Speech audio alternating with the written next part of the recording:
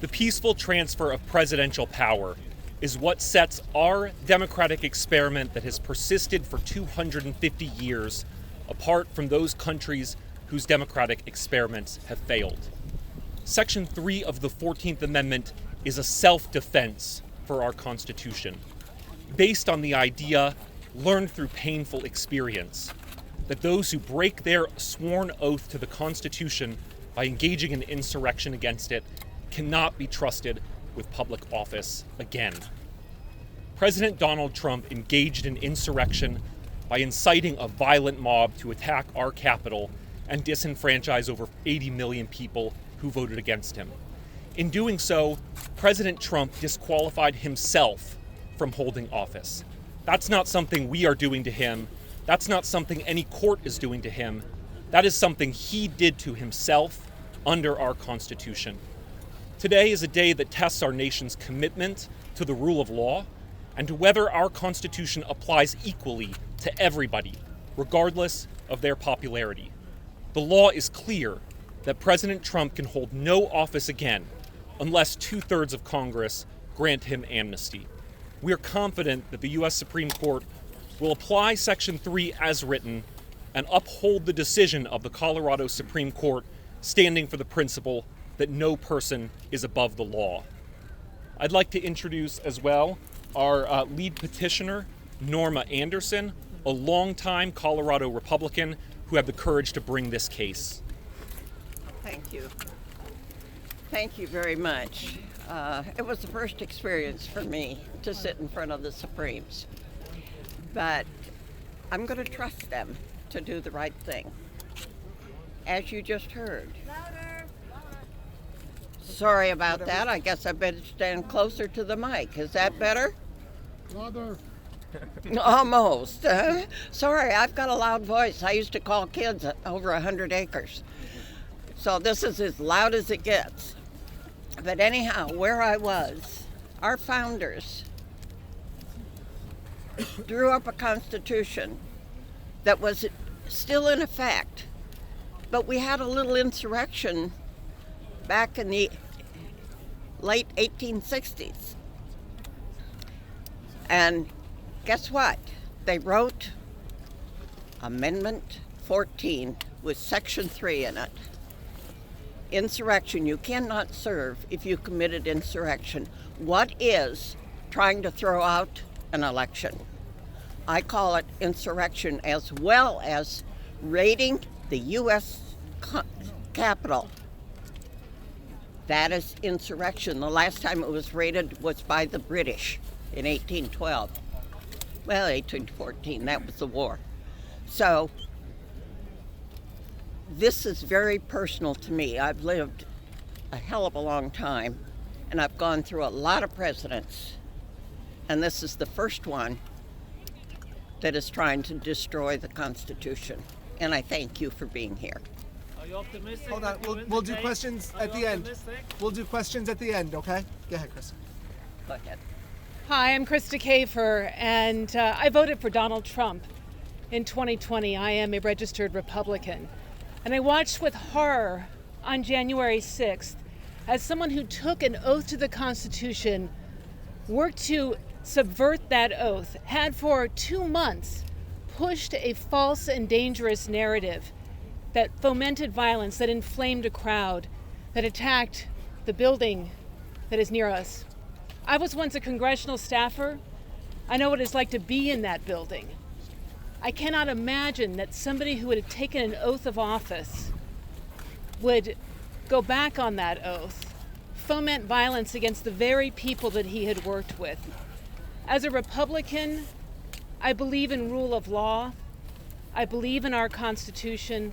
I believe in its very plain words that said, you cannot take an oath of office and then subvert that oath and foment violence, foment insurrection. I am so proud of all of us who are here today. I'm so proud to stand with Norma Anderson, who actually represented my district when I was young back in Colorado. She is a great leader. We have so many great people on this case who have come forward to say, this is the line. This is the line. You cannot foment insurrection. You cannot foment violence. You cannot do these things. They knew about this back in the 1860s, and that's why they put this into place. Today, we are proud to stand by the Constitution, by the rule of law, to say, never again. And I hope that this court, I know that they take it very seriously. We watched as they asked very hard questions, that they take their role very seriously in upholding the Constitution. And I can speak for all of us that we are so proud to be here today on behalf of the American people, on behalf of our democracy, and on behalf of our Constitution. Thank you. Thank you. One more speaker, and then we'll do a few questions. Hi, I'm Noah Bookbinder, president of Crew. And I think for a long time, people have looked at this case and said, you know, this is a long shot at best. But what we saw today was a Supreme Court taking this extremely seriously, digging into the issues, asking tough questions of everyone, getting extraordinary answers from Jason Murray. And that shouldn't come as a surprise, because what we've seen over recent weeks is amicus briefs from historians, from legal experts, from former officials across the political spectrum, particularly Republicans, making very clear that the disqualification clause of the 14th Amendment has to apply to the president, always applied to the president, that it has to be self-enforcing, that, and perhaps most importantly, that it is the right thing for democracy. It is the tool we have to protect our democracy. We wouldn't be here today if it wasn't for these incredibly brave Republican and unaffiliated voters who brought this suit. You heard from Norma Anderson and Krista Kafer. We're also joined today by Claudine Schneider and Chris Castillion. And it's their courage to stand up for the Constitution and for the Republic that brought us here, as well as the incredible bipartisan legal team represented today so ably by Jason Murray that got us to this point. Now it's up to the Supreme Court, and we have every faith that they are going to be fair, that they're going to be thorough, they're going to make the decision that the Constitution and the law demands. We'll take a few questions. Just introduce yourself and what outlet you're with before you ask. Mr. Anderson? Go ahead. Gabe Fleischer, Wake Up to Politics. Curious if you could speak how concerned you are by the precedent that could be set here today if states are able to remove, individual states are able to remove candidates from the ballot. Does that worry you for the consequences for elections? No, it doesn't worry me, and I'll tell you why. I'm a strong believer of state rights, and so were the founders. Very simple. Marshall Zellinger, 9 News. Yes, Marshall. It seemed that the justices had a lot of concern about, well, if Colorado or one state gets to do something, what's that going to mean for the other states? You say states' rights. They seem concerned about that. Well, if I petition on, and if I remember right, there's been a third party petition on several states and didn't make it in every state because of the state laws. What's the difference? Are you optimistic to win the case? Of course, I'm always optimistic. But it doesn't look like, actually, when you listen to the questions, actually, I got the impression that it will be difficult for you. I have chaired committees. And of course, it's not sitting in with the Supremes. But you ask a lot of questions so that you learn.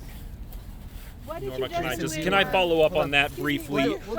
Just a moment. I want to follow up on this question. Getting hard questions has been the story of this case. We got an awful lot of hard questions in the Colorado trial court from a judge who ultimately found that President Trump did indeed engage in insurrection. We got an awful lot of hard questions from the Colorado Supreme Court, which ultimately determined that we were right, that President Trump could be excluded from the ballot. You don't do hard things without asking hard questions. And even though we are right on the law, we understand that what we are asking the court to recognize is something extraordinary, which is that for the first time in our nation's history, a major candidate for president of the United States is ineligible for that office under the Constitution. So we fully expected we were going to get difficult questions, but we're confident that when the court looks at the law and digs into the issues, it will realize that we're right and apply the law as it's written. What makes you feel so? Hold on, guys. One at a time. What outlet are you with? We're so proud of you. Here. What if they don't? Well, if they don't, then we, as the rest of the country should do, will abide by the result. But we're confident that they will recognize that we're right on the law. Let's go right here. Mr. Murray, Jake Rosen with CBS News. I'm sorry, the makeup of the Colorado Supreme Court is different than the court behind you. I was wondering how you game that out and what your expectations are in terms of them making a decision and the timeline on that. Well, our expectation is that any judge, regardless of who appointed them, will do their best to apply the law as it's written and not try to achieve any political outcome. And here the law is clear in our favor. Can I ask Norma Anderson? Hi, Yeah. Go ahead right here. It's Mark Stone from Sky News. I wonder if I could ask you what your message is to the millions of Trump supporters around the country who believe that the process that you're driving is going to disenfranchise them if you win. Would they be disenfranchised if he had been born in Germany? He wouldn't be on the ballot. He committed insurrection, and he should not be on the ballot. It's very simple. There's 4 reasons you can't be on the ballot. And if they truly believe in our democracy, they will accept it. Just as I have accepted things that have been passed that I don't agree with. And are you confident that you will win this?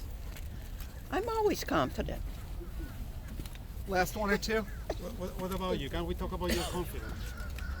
Yes, I'm confident the court's going to apply the law. Step up to you. Sorry, just talk to us. Absolutely, yes. We're confident that as the court continues to dig into the legal issues here, it will see that there is no way to excuse a president who engaged in insurrection from applying the Constitution. There was one over here. Sir, go ahead. We're not. Last question. What kind of precedent it would set if the court doesn't? You have one. What kind of She precedent has one it would back set there. for the country? Go ahead. NHK, go ahead. Just shout. So, yeah, just a very quick question. What's your reaction to their judges and also how was the atmosphere? Can I ask you more in detail? Certainly. Well, the atmosphere was. Yes. Oh, I'm sorry. Go ahead. Well, I couldn't didn't hear you repeat the I think question. we couldn't hear the question terribly well. Could you speak up, please? Oh, yeah, so Repeat what's it. your reaction and how was the atmosphere inside? What's your reaction and how was the atmosphere in the court? Well, the court, as usual, was very, very quiet. Few giggles once in a while, but very intense. And I noticed that each and every justice listened very closely. They all paid attention. Not one fell asleep. Isn't that good? I'm kidding. They wouldn't anyhow. But no, it was intense.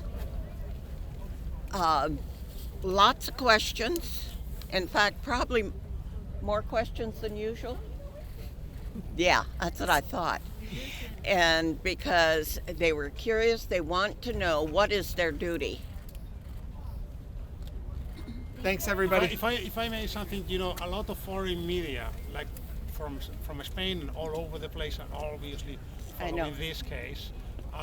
What do you think for a second what people around the world may think if judges disqualify a presidential candidate in the U.S.? If they qualify him, then we just have to work very hard to beat him. That's all we could do if that happened. And I know the rest of the world would be very disappointed because I've talked to a few of those reporters. Thank you very much. Thank you, everybody.